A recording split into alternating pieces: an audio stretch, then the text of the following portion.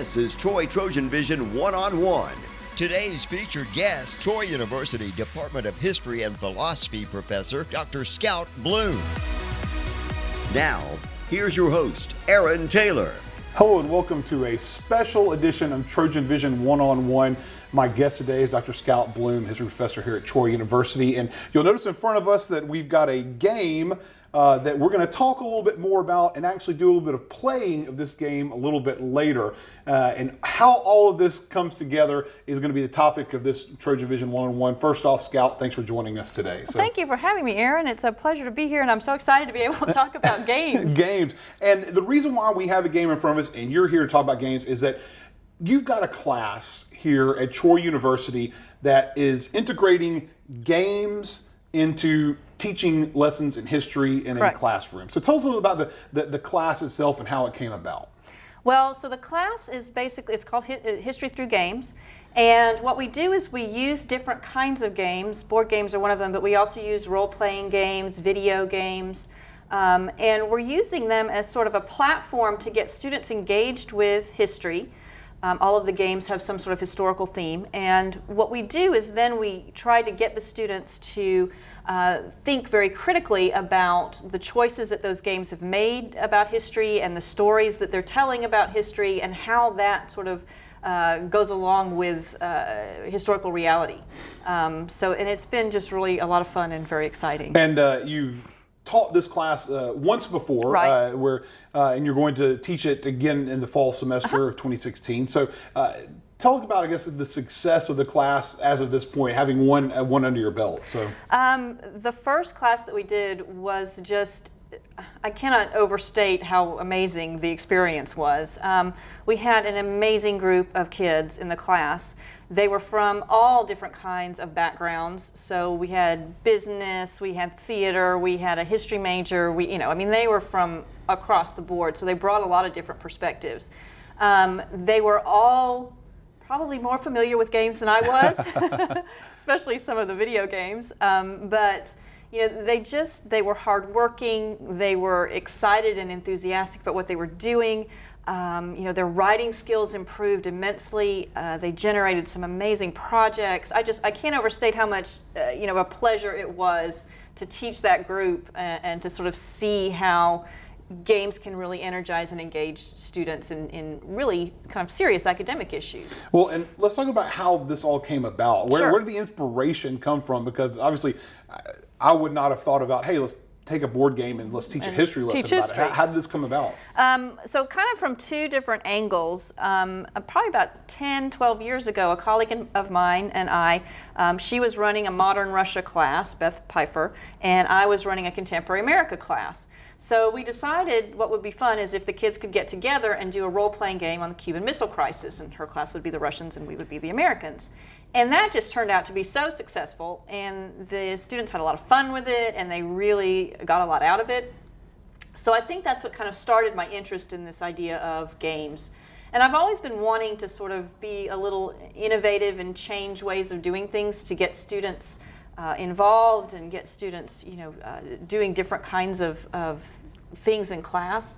I don't think there's anything wrong with lecture classes, but I think you want to spice it up a little bit. Of course, get them more involved with it. And so, and now the games that you're playing, obviously we're going to learn about the one we're going to play here today in a little bit, but we're not talking, Chutes and Ladders or Sorry, Exactly. but there are there any of those simpler games that we all grew up with that are incorporated into the class? Yeah, one of the things that we do at the very beginning of class, so that I can kind of get the kids thinking about game mechanics and thinking about choices that game developers make.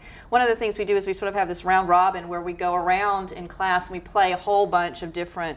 We do play Chutes and Ladders. We play Battleship. We play Tic-Tac-Toe. We play kind of these very sort of basic, younger kid kind of games. But what it does is it really gets them thinking about a couple of different things. It gets them thinking about, how games are set up. Are those games set up so that it's pure chance, or, you really don't have any kind of choice in how things are done?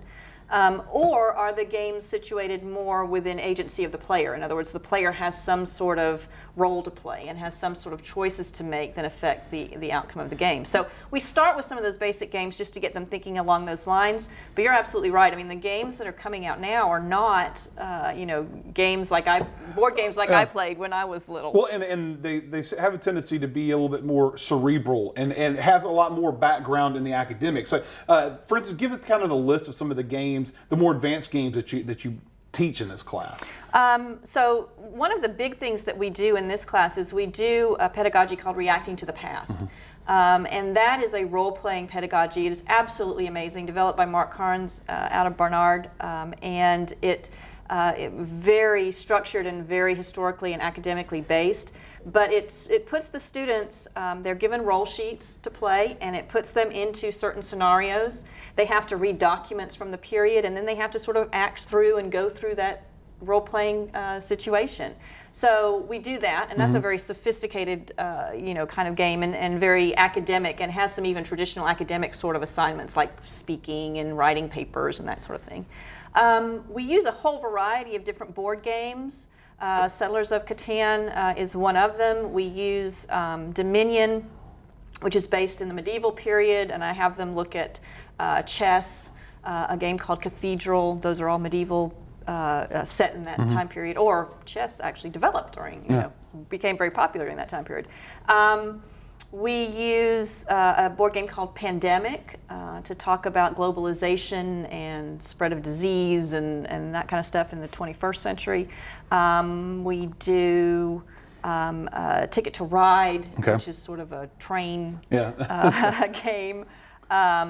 We do, there are quite a few games, a little bit like Settlers, that are either based on civilization, building sort of things, or colonization. And so we do a lot of those. We play the video game Civilization 5 as well. So it's a big variety of different games. And not to mention types of games that you mentioned there, between card games, board games, and video games even. Yes. Like I said, I would have loved it if a professor had told me to go play a video game for homework, because I was already doing that when I was in school anyway. So it had been pretty awesome. So, let's get into the game, and let's talk. We're going to play a game here, and actually we're going to play, folks out there, if you're interested, Settlers of Catan. It is a game of trading, as we're going to talk a little bit more about this. And so give me kind of an overview of the game for me and the folks at home, because I've never played this before. Kind of talk to me a little about this and what lessons we might learn out of this game here. So Settlers of Catan is a civilization building game. It is extremely popular. There are lots of copies out there, and it's very accessible too. Like I was saying, some of the board games we have now have 30-page, instruction manuals. This one's very accessible, and it's sort of easy to get into, and even younger kids could play. The goal of this is pretty simply to get the most victory points. The first one up to a certain number wins. And the way that you get victory points is by developing, this is a settlement, and you can develop settlements, those give you victory points, or you can upgrade these to cities. These little ones right here are roads, and you want to develop those so that you can develop new settlements. Settlements from the roads there. Right. And the way that you do that, the way that you have to buy or pay for to develop the new settlements or cities or roads, the way that you do that is through resources.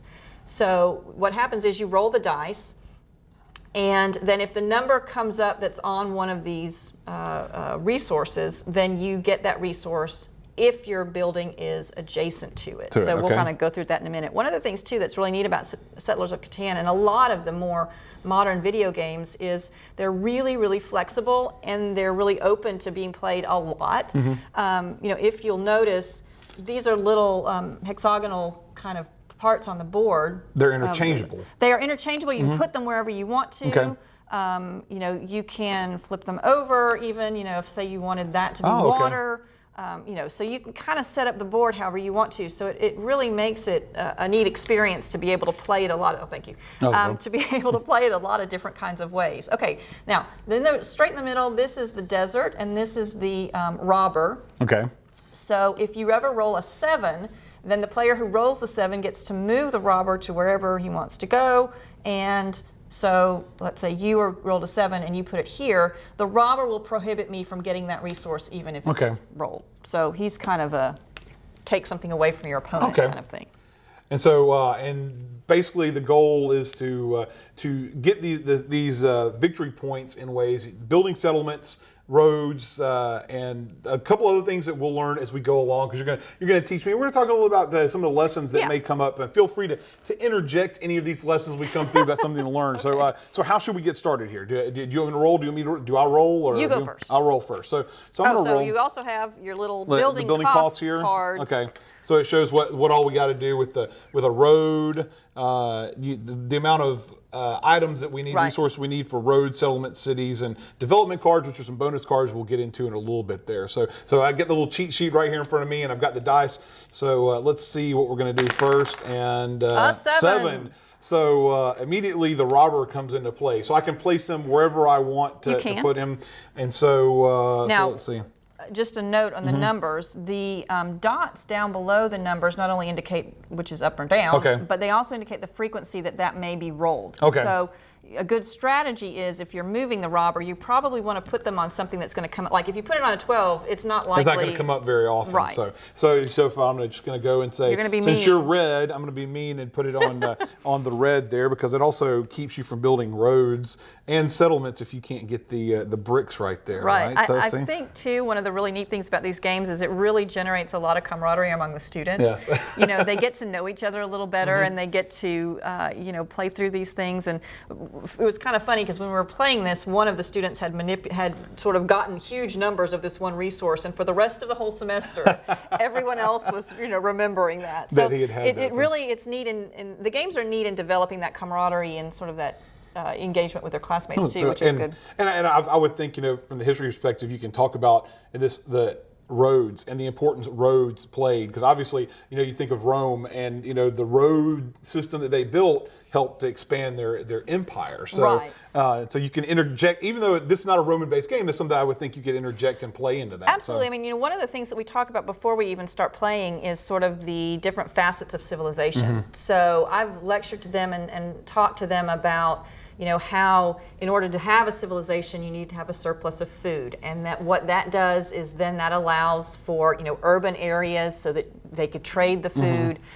You start to get specialization of labor. Not everyone has to be farmers. You start to get reading and writing. You start to get art and science. You start to a lot get of those trade. things in the Civilization video game. Yes. Those are a lot of things that come into play there. Do you build a granary to store your food? Do you trade it to someone else? Yeah, exactly. Yes. So they've already had that kind of background once we start playing the game, and certainly one of the things that you can see here that's really important: the urban centers, settlements growing into cities, but then the roads as well. You can't have another settlement unless you build a road to it. So that's sort of the aspect they have of to be trade. Connected to each other. So. Yeah, the big thing, and we'll kind of talk about this in a minute, but the big thing with this game is resources.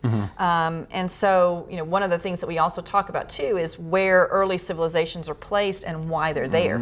And not only that, but how resource use affects how that civilization develops. So, for me, I'm an environmental historian by trade, so that for me is a really neat kind of lesson for the resource management and the placement of resources. And why you see a lot of early civilizations, successful ones on shorelines. Because of, or along rivers. So you got to have the water, and you got to be able to. And especially when it comes to trade, that commerce aspect. Well, here, let's. I believe it's your turn, so let's roll and. Oops. Yep, there we go. All right, 11. Okay, so here's an 11. I think that's the only one on the board. There's one there. So. There's one there. Okay, good. So you get this is a little hexagon is a sheep. Okay. So you get a sheep resource. All right. And I get a tree, a lumber. All right. All right. Off we go. All right, so now next, we can't do anything else because we don't have enough cards to do anything else, so we're going to keep rolling. So I'm going to go for a 7 again. So you're just doing nothing but moving the robber around. So and you can, if you want to leave them there, you can leave them there. Obviously, because it's not going to benefit me to. Because you don't want to cut off your. I don't want to cut my own own resource, so I can just leave him, the robber, where he is. 6. 6. Now see, you've thwarted my attempts. There you go. And there's another 6 there, but that's a vacant 6, so it's not going to do either us any good. So we roll again. And what also happens, if you have more players. Yes. You're gonna, obviously. You can more access to that. So first non-7 I have rolled. So okay, so 8. I get a lumber. And then I'm there as well. Lumber. I get a lumber as well. So and then no one else is on the other 8 there. So we're okay. So we're going to move on to the now all this kind of stuff doesn't come into play until you have enough cards to do that. So you've got to keep building up. So you have to go into this card building phase kind of in the beginning, and then I guess it goes into a more advanced stage once you start building up the cards and start getting some other things right, and you can start where you have. You get cards to begin with, like the resources around, if you want to, play. And of course, with a lot of these games, you can kind of play, if you agree with the players, how your own rules. Yes, kind of adapt them. Okay, so 5. Oh, that's you. That's me. So I get a brick. And there's a sheep. A sheep. So I placed You're doing really well. I did well here at the very beginning. I just have a whole bunch of trees. So all right. So now back to me again. Yep. Let's see.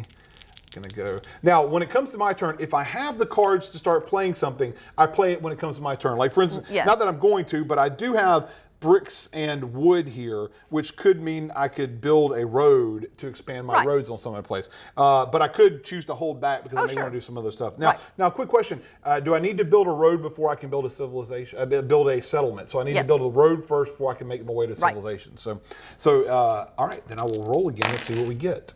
So we've got a 7 again. I am just friends with the robber here. I'm going to keep the robber where he is for right now. So I'm going to pass it back to you. So a 9. A 9. There's a 9. There you go, and there's a 9 right there. So you get some wheat.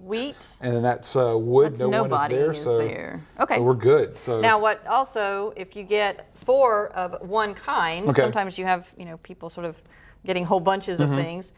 You can trade it in for one of your choice. For another one that you might need. So if you have an overabundance of one resource, you can trade to get a smaller. And there's actually some trading that can go on between players, correct? Through the game, can you trade cards between? So if even though it'd be probably more fun if there were more players here, because we're competing against each other, but you can kind of team up. So I could say, here I've got a wheat. Will you give me a sheep? A sheep for the wheat. So that will, cool. All right, well, I'm going to roll again. Let's see what we do this time. 7. Just me and the robber, just 4. All right, so 4. Oh, there we go. You get a wheat. See, now you wouldn't take my wheat from me. So I think that's it. There's a 4 right there, but nobody's there. Yeah, so, all right. So let's see if I can roll something that's not the 7. 2. There you go. A sheep. That's you, a sheep, and I think that's the only 2 on the board. Okay. Yeah, only 2 on the board. So there you go. Okay. Do you want to buy a road? Because we can. I could do that. Yeah. How about buy a road? So I'm going to cash these in. I'm going to buy a road on my turn. This is okay. So one of the things that's really interesting about Settlers of Catan, when you buy something, they go back into the pile. Okay. Now, what that does, though, interestingly, is it makes the resources unlimited. Okay. And historically, this is a really interesting kind of topic because obviously they're not. Yes. And not only that, and we do some discussion and readings about this, but one of the things that can lead to downfalls of civilizations, we talk about the example of the Mayans, are that they overuse their resources. One of the reasons historians think that the Mayans civilization fell was because that they deforested their areas. And not only did that lead to a lack of trees that they couldn't use for fuel, but also that you're starting to get erosion, they can't plant crops, these kind of things. So one of the things that's interesting about this game is that the game developers made this so that it's all of these are renewable and you're not really. Now there's another version of the game where that's not the case, but in this version you've got unlimited resources. So we're renewable and recycling. So here we go. So I'm gonna place this road. We're planting trees. Yeah, we are. So place the road there. I did that correctly. Is that if I'm gonna continue my road? So sure, and you can you can put it on wherever we need to go to. So, but now it leads me the opportunity to be able to put a civilization or a settlement here, right? So next time, once I get enough cards to do that. So now your roll. All right. 5. Oh, that's you again. A brick. You and your and then sheep. And a brick. Sheep and a brick. So, and we're noticing too, notice that, your civilization is getting much wealthier than my civilization is. Well, because I have the robber on my side. I'll consider it my espionage. I'm working with the underhanded people there. So, all right, first 3. So that means, there we go. I get an ore. So it's the first ore of the game there. So, all right, and back to you. And so. Ooh, a 12. 12. 12 is here. And I think it's the only 12 on the board. It is. All right, so we're going to move on to 4. So 4. One there. That was a wheat for me. So got a wheat. All right, so get myself together. Anything? I'm trying to think if there's anything I can buy at this point. No, I can't buy anything at this point because I don't have any wood. Would you like to trade with me for something? Well, I could do that. You've got, let's see, would you like to trade an ore for a wood? You don't have any ore, and I don't think you are placed on a place where you get some ore, so looks where you would be, because I don't want to get rid of my brick. Not terribly likely. That Yeah, I'm gonna get a whole bunch of ore. but you got a 10 there. You could trade me a sheep. A sheep? How about I trade you a sheep? Because I can do this, because what I can do. For the purposes of the game, strategy-wise, but there we go. All right, so wood. So what I can do there is that now I've got, let's see, I got wood. So then I can actually build a settlement then. You right? can. So now I can go wood, brick, their settlement. So I'm going to cash these in for another settlement. Cool. And going to expand my settlement to there. Okay. So now I've got 2 settlements, 3 settlements total, but there we go. So, and I'm good, so that's the end of mine. So here we go. Off we go. An 8. So an 8. Lumber, and lumber for you. Yes, and then I get an ore as well. With my newly expanded empire, I am picking up all kinds of new stuff there. So again, what we're seeing is, this idea of, civilizations expanding and the importance of trade and that sort of thing. And not to mention, we have one civilization that's expanding and one that's not. And so obviously there's, you might see that in the case of, where you've got, let's say like Greek and Roman civilization side by side, one can go increase, the other one kind of falls to the wayside. Yeah, so. And not only that, but as you expand, you're going to have access to these different resources, which is going to sort of multiply the effect. Yes. You're going to get things more frequently than I will. Okay. Right? 5. So 5. So that means I get sheep and I get a clay or a brick. So there we go.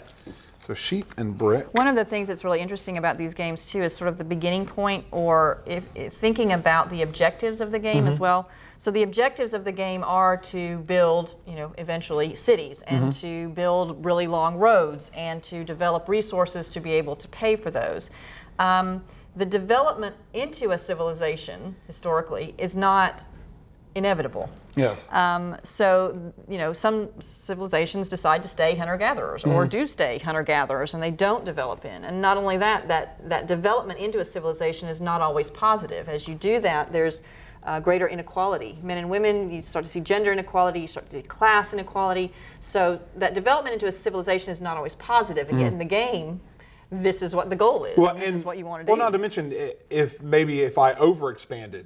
Am I stretching myself out too thin? If I decide to, I'm going to build a city, but if I do put too much into a city, am I losing resources elsewhere? Exactly. So, that's, but good concepts, the things I would not have thought of immediately. I'm learning while I'm playing a game. It would not have come to me. So, so I think it's your role. I believe it's your role. Right. So we get tied up in these conversations. So 9. Ooh. There's a wheat. Get a wheat. Do you? And then there's a forest right there. I need some ore. Yes. There's some ore here. So if you'd like some ore, we might be able to figure out a way to trade for some ore. All right.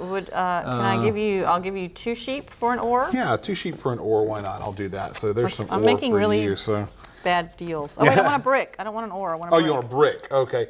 I'll give you a brick. How about that? We've already done the trade. So we're not being ultra mean or strategic here. We're learning here. So all right, and then I will go ahead and buy a road. All right.